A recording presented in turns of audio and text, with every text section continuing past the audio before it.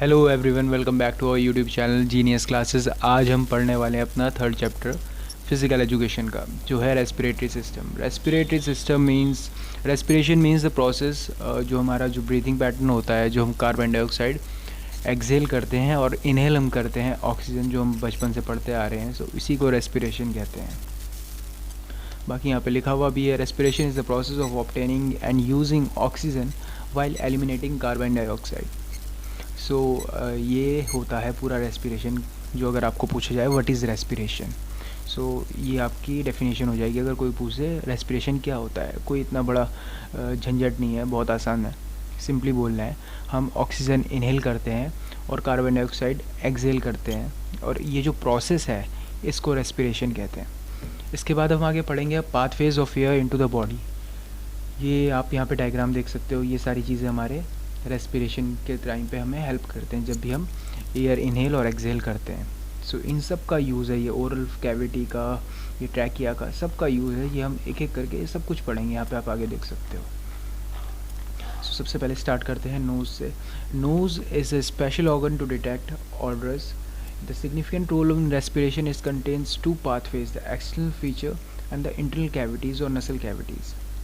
सो हम इन दोनों चीज़ों के बारे में पढ़ेंगे। पहले हम एक्सटर्नल फीचर के बारे में पढ़ेंगे, जैसे आपको यहाँ पे ये दिख रहा है यहाँ पे।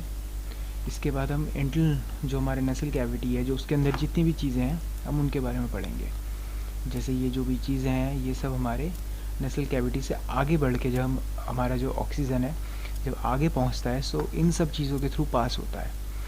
सो सबसे पहले हम पढ़ेंगे एक्सटर्नल फीचर के बारे में। The external feature of nose is compose of a triangular framework of bone and cartilage covered by skin. In the inner side of the nose, there are two oval shaped openings called nostrils.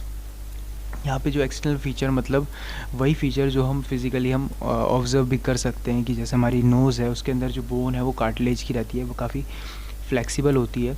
और साथ साथ दो हमारे क्या होता है, जो दो नसल कैविटीज़ मींस द ओपनिंग्स, जहाँ से हम इनहेल और एक्सहेल करते हैं, जो हमारी नाक है, सो वो हमारे external feature.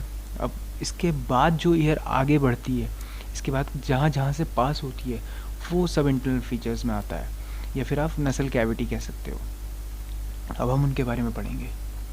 So there are to नसल कैविटीज़ और नसल passages inside the nose. Air enters in the nasal passage. These passages as moisture a filter and warm up in the ear and reaches to lungs. जो मैंने आपको बताया, ये simply वही बात है कि जो लंग्स तक पहुंचने का जो पैटर्न होता है हमारा, जब हमारी एयर जो नोज़ में एंटर कर जाती है, उसके बाद जो लंग्स तक पहुंचने का जो पूरा रास्ता है, हम आज उसके बारे में पढ़ेंगे। अब सबसे पहले आता है फेनिक्स। तो जो the pharynx is a funnel shape tube that connects our nasal cavity and oral cavities to larynx. ये इससे आगे आता है लार्निक्स। सो यहाँ पे देख सकते हो आप इमेज में। सबसे पहले यहाँ पे ओरल कैविटीज़ मींस ये जो नसल कैविटीज़ जब एयर एंटर हुई, इसके बाद ये गई फिनिक्स में, इसके बाद ये लार्निक्स में जाएगी, उसके बाद ट्रैकिया में जाएगी। इसी तरीके से हम आगे पढ़ते हैं। सो इसका जो काम है, इसका मीन जो ऐसा, इसका कुछ पर्सनल कोई काम नहीं है, इसका एक रोल है वहाँ पे जो है। ये एक फनल शेप्ड ट्यूब होती है। ऐसे कोई पूछ सकता है कि किस तरीके से होती है। So it's a funnel shaped tube that connects our nasal and oral cavities to larynx. जो हमारी जो ये लार्निक्स है, जो अगला पैसेज है, सो इसको ये नसल कैविटी से कनेक्ट करता है। ये इसका काम है। After pharynx air passes through larynx और वॉइस बॉक्स। जो लार्निक्स है, इसे ही वॉइस बॉक्स कहा जाता है।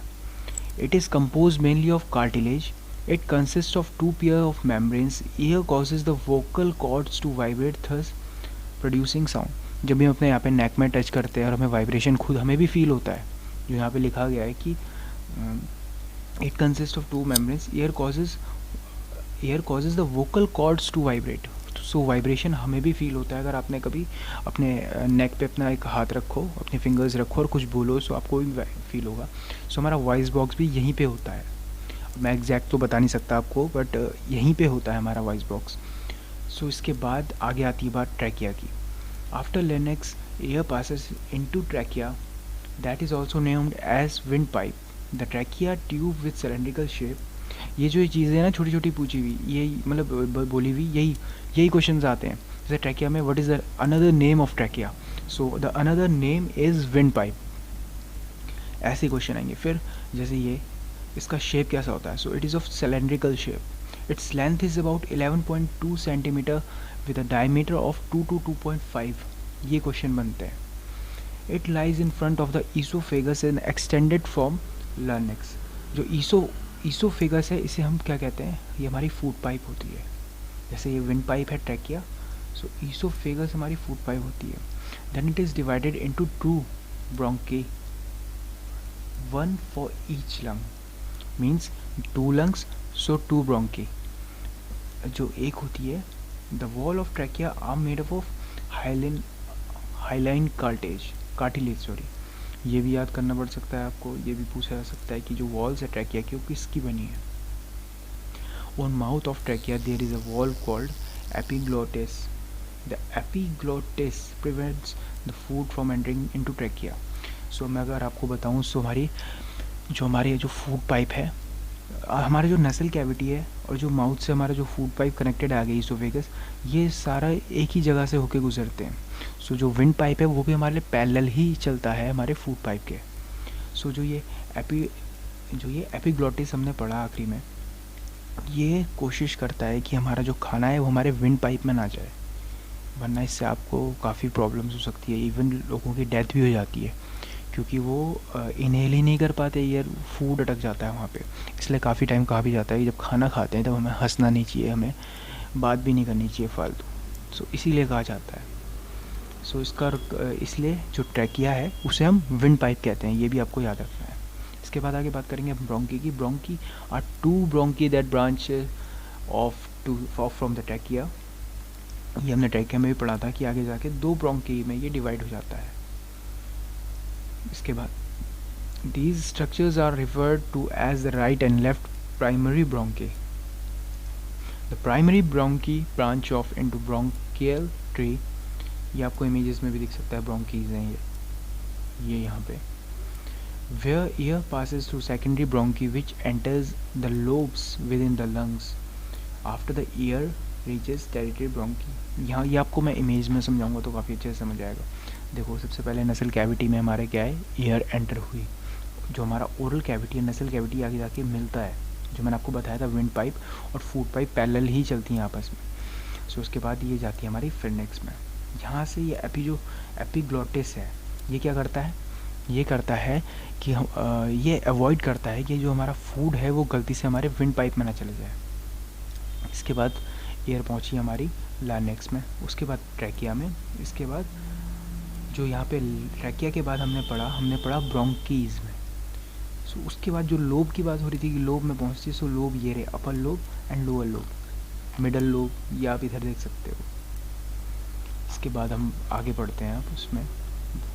सो bronchia it is bronchioles are the finest conducting pathways into the respiratory system. These bronchioles are the last pathway for air before it reaches the alveoli, where it is combined with blood. From here, blood is first pumped back to the heart. After that, the oxygenated blood is circulated throughout the body. सो जो ये pathway है जो हमारा year पहुंचने का, सो ये जो ब्रोंकियालिस है, ब्रोंकियोलिस, ये सबसे एंड में आता है। इसके बाद जो ईयर है वो हमारी नीचे वहाँ तक पहुँच जाती है जहाँ उसको पहुँचना चाहिए। उसके बाद वो मिलती है हमारी एल्वेओली में। उसके बाद जो वो ईयर है वो हमारे हार्ट की तरफ फ्लो करती है जब वो ब्लड में मिक्स हो जाए। उसके बाद आपने पढ़ा होगा ऑक्सीजनेटेड ब्लड, डीऑक्सीजनेटेड ब्लड। सो जो ऑक्सीजनेटेड ब्लड होता है वो हमारी बॉडी में आगे जाके फ्लो होता है और पार्ट्स में, और जो डीऑक्सीजनेटेड ब्लड रहता है वो वापस घूम फिर के हमारे लंग्स पे आता है। वहाँ से जो डीऑक्सीजनेटेड ब्लड है उसमें जो कार्बन डाइऑक्साइड प्रेजेंट रहती है उसे हमारे लंग्स बाहर फेंकती है, और फिर से वो आगे जाके हार्ट में जाके फिर से जब ऑक्सीजनेटेड हो जाए, सो ये ब्लड की भी एक साइकिल चलती रहती है जो हमारा हार्ट पंप करता है साइमल्टेनियसली। इसके बाद lungs, there are 2 lungs in human body. Lungs are vital organs for respiration. These are cone shaped organs, ये कोन शेप्ड होती हैं विद एपेक्स अबव। अब इसके बारे में हम डिटेल में पढ़ेंगे, यहाँ पे आप इमेज भी देख सकते हो, आगे ये आ रही है, सो अभी पढ़ेंगे वहाँ तक। The lungs are divided into 2 loops by fissures. The left lung has 2 lobes, the right lung has 3 lobes. ये ध्यान में रखने वाली बात है कि जो लेफ्ट लंग है उसमें बस 2 lobes होते हैं और जो राइट लंग है उसमें होते हैं 3 lobes. Each of these lobes is composed of many lobules. ये कलेक्टिव नाम कहा गया है lobules. A small bronchial tube enters each lobule and as it divides and subdivides into walls becomes thinner and finally end into alveoli. जैसे आपने अपनी blood vessels में पढ़ा होगा, सबसे पहले वेन्स और आर्टरीज होती हैं, उसके बाद कैपिलरीज होती हैं काफ़ी छोटी. सो ये वही बता रहा है. इसमें भी इसी तरीके से आगे जाके ये और छोटी छोटी होती जाती हैं. जैसे there are around 300 million alveoli in each lung, in each. So approximately around 600 million in both the lungs. यहाँ पे आप ये इमेज देख सकते हो लंग्स की. अब हम डायफ्राम के बारे में पढ़ेंगे. ये जो डायफ्राम है ये नीचे होता है हमारे लंग्स के ऐसा. The diaphragm is the primary muscle use in the process of inspiration. So inspiration क्या होता है? इंस्पिरेशन मीन्स होता है जो हम इनहेल करते हैं उसे ही हम इंस्पिरेशन कहते हैं. इसके बाद आगे आप पढ़ोगे इंस्पिरेशन और ये एक्सपिरेशन के बारे में भी. पहले इसको देख लेते हैं. It performs an important function in respiration as the diaphragm contracts the volume of the cavity, thoracic cavity increases and air draws into the lungs. जब भी lungs में जब एयर पास होती है, जब lungs एयर इनहेल करते हैं, सो ये भी अपना क्या करता है, वॉल्यूम इंक्रीज़ करता है. और जैसे ही एक्सहेल करते हैं ये भी सिकुड़ जाता है. जैसे आपको यहाँ पे इमेज में दिखाता हूँ.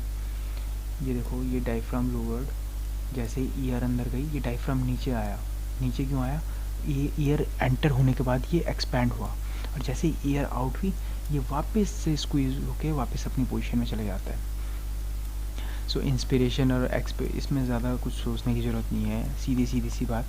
इंस्पिरेशन मीन्स जब आप ब्रीथ इन कर रहे हो और एक्सपिरेशन मीन्स जब आप ब्रीथ आउट कर रहे हो.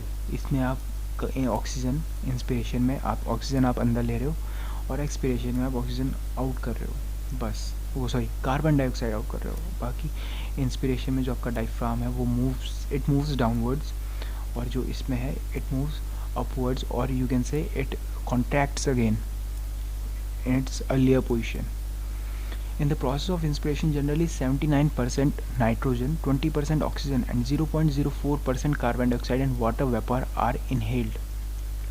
While in process of expiration 79% nitrogen, 16% oxygen, 4% carbon dioxide and water vapors are exhaled. जब हम exhale करते हैं तो कार्बन डाइऑक्साइड के साथ साथ हम ऑक्सीजन और नाइट्रोजन भी कुछ परसेंट हम वापस से बाहर छोड़ते हैं, एक्सहेल करते हैं. काफ़ी लोग बस ये सोचते हैं कि हम कार्बन डाइऑक्साइड ही एक्सहेल करते हैं. सो इस चीज़ का भी ध्यान रखना है. अब diffusion of respiratory gases in एलोवेली. अब जो ये यहाँ पे आप इमेज में देख सकते हो जो ये ब्लड अंदर जा रहा है. सो ये एलोवेली का काम क्या है? यहाँ से कार्बन डाइऑक्साइड अपने कार्बन डाइऑक्साइड एब्जॉर्ब कर रही है आप कह सकते हो, या फिर कार्बन डाइऑक्साइड ब्लड से बाहर फेंक देती है. ये डीऑक्सीजनेटेड ब्लड आ रहा है यहाँ से. सो यहाँ से कार्बन डाइऑक्साइड इनहेल, मतलब हम नहीं करते इनहेल, एलोवेली अपने लिए कार्बन डाइऑक्साइड ब्लड से खींच लेती है अपनी तरफ, या फिर आप कह सकते हो कि एब्जॉर्ब कर लेती है और ऑक्सीजन को वापस ब्लड में एंटर करवाती है. ये काम होता है इसका. So the diffusion combines with haemoglobin in the RBCs from oxy haemoglobin. So यहाँ से इसके बाद ये ब्लड आउट हो जाता है. ये पूरा प्रोसेस है. बस यहाँ से जैसे ये ब्लड फ्लो हो रहा है, ये हमारी वेन्स होंगी, वेन्स कह सकते हैं, हाँ वेन्स में ही डीऑक्सीनेटेड ब्लड फ्लो करता है. ये भी आपको ध्यान रखना है. सो ये कार्बन डाइऑक्साइड को लेने के बाद यहाँ से इसे ऑक्सीजनेटेड बना के इसके बाद ये हमारे क्या होता है, बॉडी पार्ट्स में जाता है. इंटरनल. सो अब अगला है इंटरनल रेस्पिरेशन, सेलुलर रेस्पिरेशन भी कहते हैं इसे. The interchange of gases that occurs between blood and cells is called cellular respiration. जैसे मैंने आपको बताया है कि डीऑक्सीजनेटेड ब्लड जो हमारी बॉडी में फ्लो करता है उसके बाद वो ऑक्सीजनेटेड जब बनता है, सो वहाँ पे डिफ्यूज़न होता है हमारे ब्लड में, जो हमारी लंग्स हेल्प करती है, हमारा हार्ट जो ब्लड पंप करता है. सो उस टाइम पे ये प्रोसेस होता है. जो बायोलॉजी वाले स्टूडेंट होंगे उन्हें काफ़ी अच्छे से पता होगा.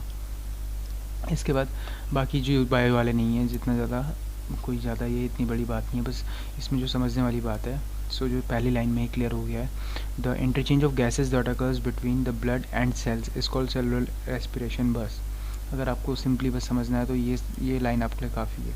इसके बाद डिटेल में जानना चाहते हो तो मैं आपको बताऊँ। सो जो हमने पढ़ा था ये यहाँ पे एल्वेओली में जो ये यहाँ पे चेंज हो रहा है, इस प्रोसेस को ही सेलुलर रेस्पिरेशन कहा जाता है। जो आगे जाके डिवाइड होती है, ये द फर्दर डिवाइड एंड सब डिवाइड टू फॉर्म कैपिलरीज, जो मैंने आपको भी पहले भी बोला था एक बार। जो हमारी जो ब्लड वेसल्स होती है जो सबसे छोटी होती हैं वो कैपिलरीज होती हैं। कैपिलरीज काफ़ी डीपली होती हैं। जैसे अगर मैं आपको ओवरव्यू दूँ तो जो वेन्स हैं जो हमारी बॉडी में, जो हमें वो ब्लड वेसल्स वो जो शो होती है ना, जो आपकी वेसल्स साथ में शो होती होंगी, वो वेन्स होती हैं। वेन्स ज़्यादा डेप्थ में नहीं होती हमारी स्किन के। उसके बाद होती है हमारी आर्टरीज, और सबसे ज़्यादा डीपली और छोटी होती हैं कैपिलरीज। सो कैपिलरीज का भी इसमें बहुत बड़ा रोल है, वो काफ़ी हेल्प करती है ये जो ब्लड है इसको कैरी करने में। The exchange of oxygen and carbon dioxide between blood capillaries and cells take place which is called cellular respiration और internal respiration. The blood becomes deoxygenated and is sent to heart then to lungs to get oxygenated। जो deoxygenated blood है मैं आपको बताता हूँ, जो पहले heart ने ऑक्सीजनेटेड ब्लड भेजा हमारे बॉडी पार्ट्स में, जब वो डीऑक्सीजनेटेड होकर वापस आया हार्ट में, सो उसने फिर उसे भेजा लंग्स में।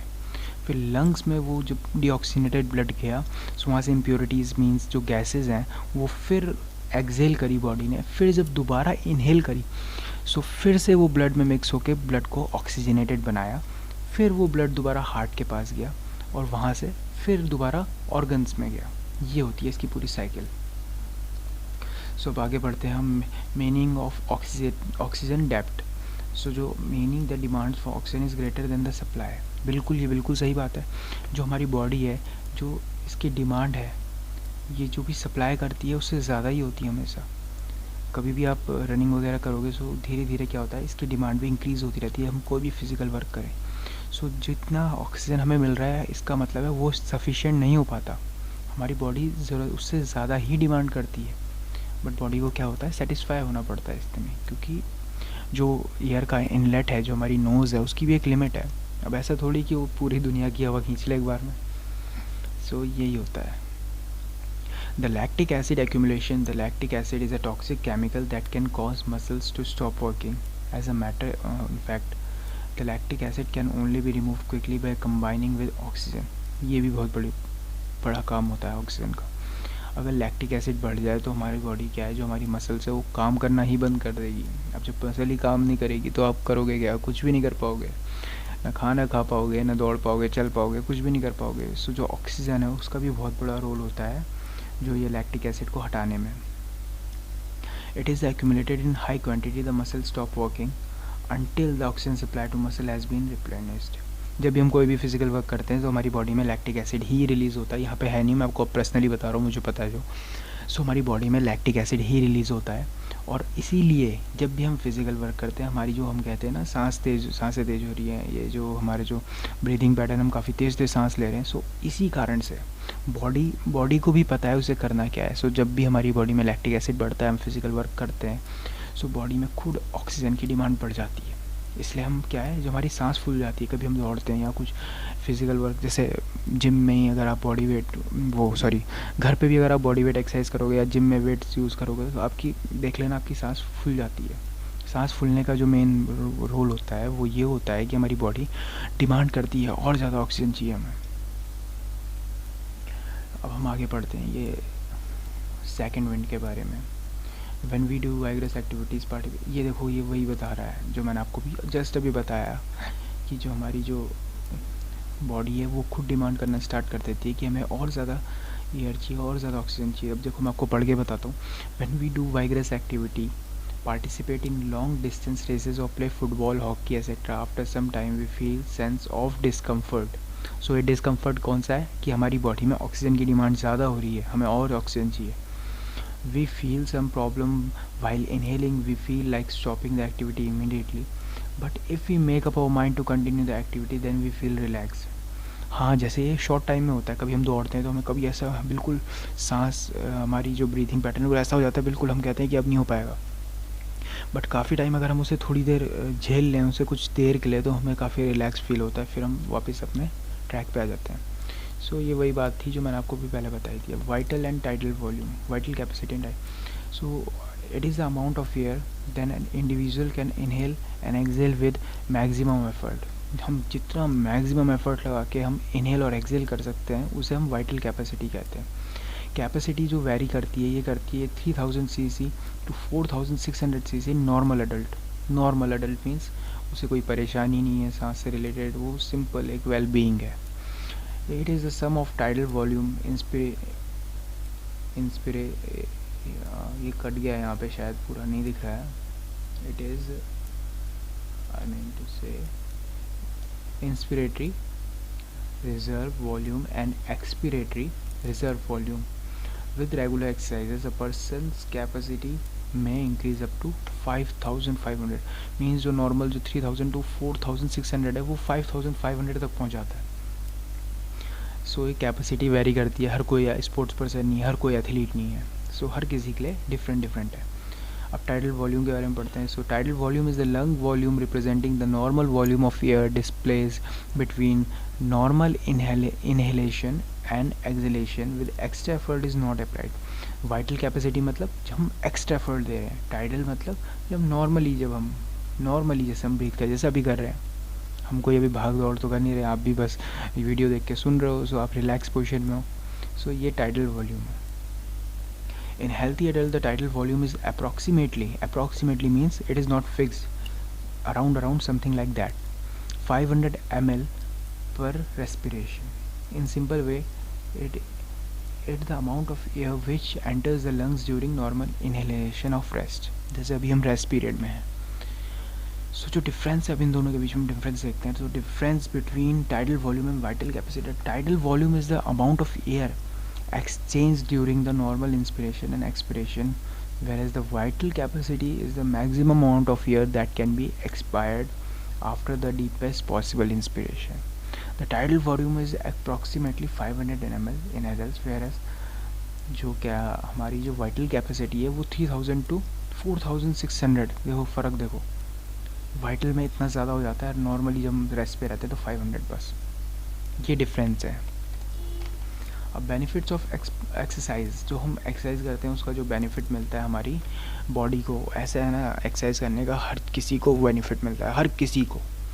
अब देखो हमने पहला चैप्टर पढ़ा बोन्स के बारे में, उसमें भी था benefits of exercising on bones. उसके बाद हमने मसल्स के बारे में पढ़ा। अब हमने देखो अपना नसल कैविटी, ये जो हमारा ब्रीथिंग पैटर्न है, रेस्पिरेटरी सिस्टम के बारे में, इसमें भी बेनिफिट है। अब जो हम अगला पढ़ेंगे कार्डियोवास्कुलर एक्टिविटी, उसमें भी बेनिफिट है। सो एक्सरसाइज करना काफ़ी ज़रूरी है, ये आप समझ लो एक बार। अब फिज़िकल एजुकेशन ली है तो फिर आपको एक्सरसाइज पे भी ध्यान दिया करो, क्योंकि इतनी सारी चीज़ आपको पता चल रही है।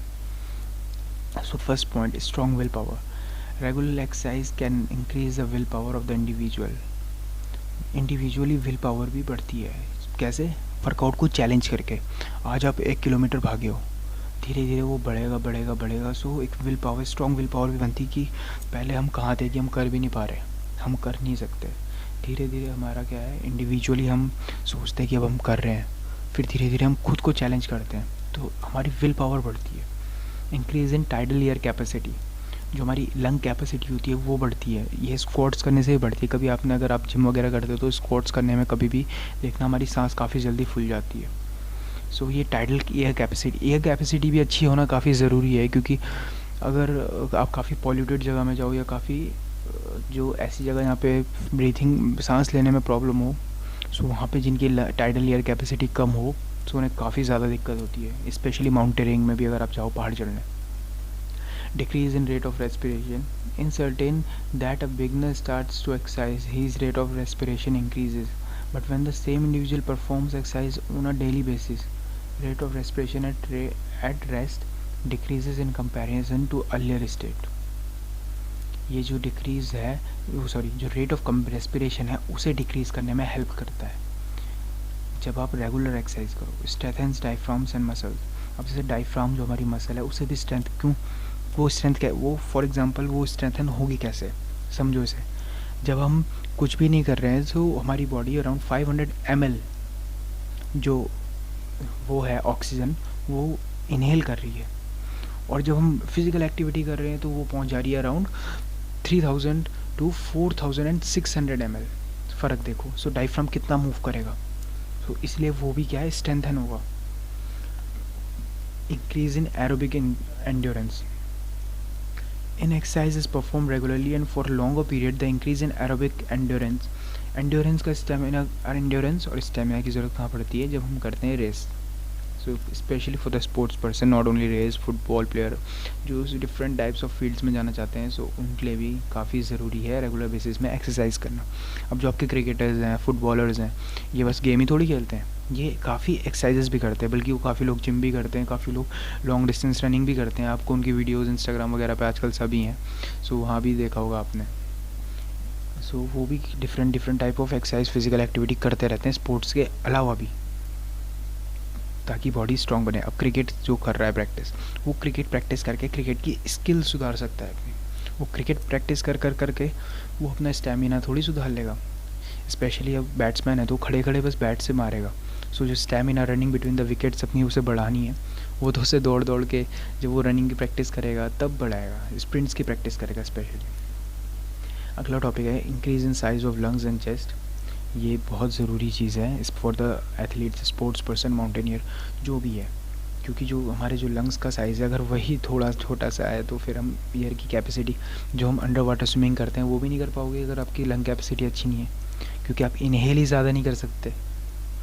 Faster recovery period, the recovery period after workout और एक्सरसाइज बिकम्स फास्टर, क्योंकि जो हमारी मसल्स हैं जो इंजर्ड हुई है, इंजर्ड ही कहोगे, जब आप एक्सरसाइज करते हो तो आप मसल को ब्रेक डाउन करते हो। सो फास्टर रिकवरी पीरियड कैसे, जब हम फिज़िकल एक्टिविटी करेंगे, रेस्पिरेशन का रेट बढ़ेगा। सो जब हम इनहेल करेंगे एयर, सो जब एयर के साथ क्या है, हमारा ब्लड भी जा रहा है, और ब्लड के साथ जाते हैं हमारा न्यूट्रिशन। सो जब न्यूट्रिशन हमारे ब्लड के साथ जाएगा हमारे इंजर्ड मसल पे, या फिर आप कह सकते हो जिस मसल पे अभी आपको ज़रूरत है काम करने की आपकी बॉडी को, क्योंकि आपने उसे क्या है, प्लास्ट कर दिया एक्सरसाइज करके, पुशअप मार के आपने चेस्ट मसल की ऐसी तैसी कर दी। सो अब उसे चाहिए न्यूट्रिशन चाहिए। सो इसीलिए काफ़ी ज़रूरी है फास्टर रिकवरी पीरियड भी। अब इसके बाद सारे क्वेश्चंस हैं, जैसे मैंने आपको पुरानी वीडियो में भी कुछ क्वेश्चंस बताए थे, ये सारे क्वेश्चंस पहले ही वीडियो में हम डिस्कस कर चुके हैं। रेस्पिरेशन, रेस्पिरेटरी सिस्टम, ये आप या तो आप स्क्रीनशॉट ले लो इनका, फिर वीडियो में एक करके आंसर देख सकते हो। कोई इनमें से ऐसा क्वेश्चन नहीं होगा जो हमने डिस्कस नहीं किया, आई एम श्योर सारे क्वेश्चन हम कर चुके हैं। सेकंड विंड, टाइटल कैपेसिटी, इनका डिफरेंस भी पढ़ा था हमने बल्कि। सो आज का चैप्टर बस इतना ही था, फिर मिलेंगे हम अगले वीडियो में। बाकी मैंने आपको बताया था कि मेरा एक सेपरेट यूट्यूब चैनल भी है, अगर आपको एक्सरसाइजेस करनी है डेली बेसिस में। अभी तो उसमें काफ़ी बेसिक एक्सरसाइजेज हैं, जैसे अगर आप पुशअप्स नहीं कर पाते, सो पुशअप्स करने का उसमें मैंने 3 तरीके बताए हुए हैं जिससे आप आसानी से पुशअप कर सकते हो।